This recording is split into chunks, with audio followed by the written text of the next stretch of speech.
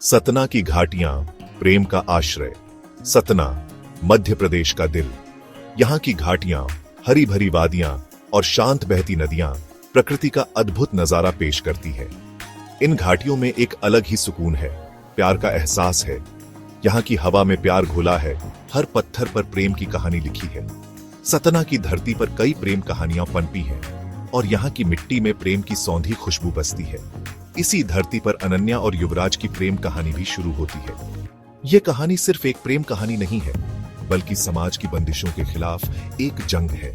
यह कहानी है दो दिलों की, जो एक दूसरे के लिए धड़कते हैं, समाज की परवाह किए बिना। यह सतना की घाटियों की कहानी है, जहां प्रेम हमेशा जीतता है।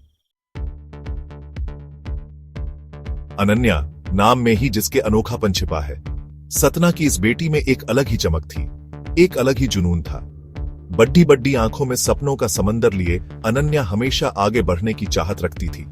उसकी हंसी में नदी का संगीत था और उसकी आंखों में तारों सी चमक। पढ़ाई में होशियार, कला में माहिर, अनन्या हर किसी की लाडली थी।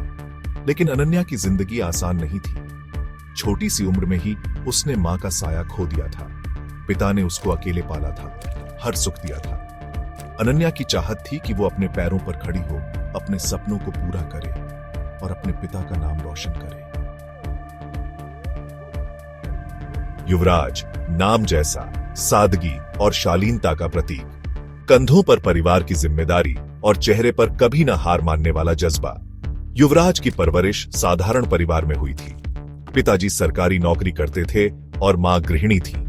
युवराज पढ़ाई में तो ठीक था, लेकिन खेल कूद में उसका कोई जवाब नहीं था।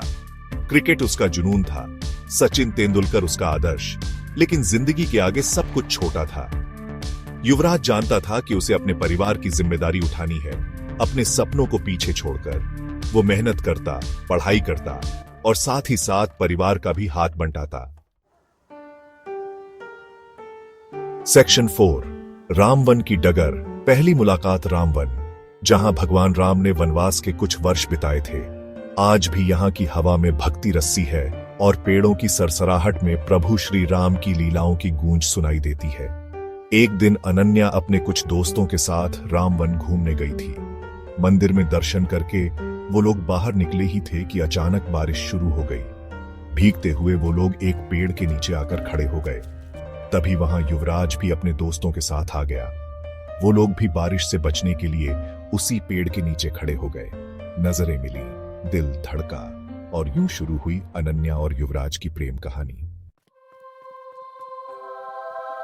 सेक्शन 5, चित्रकूट एक्सप्रेस नियति का मिलन।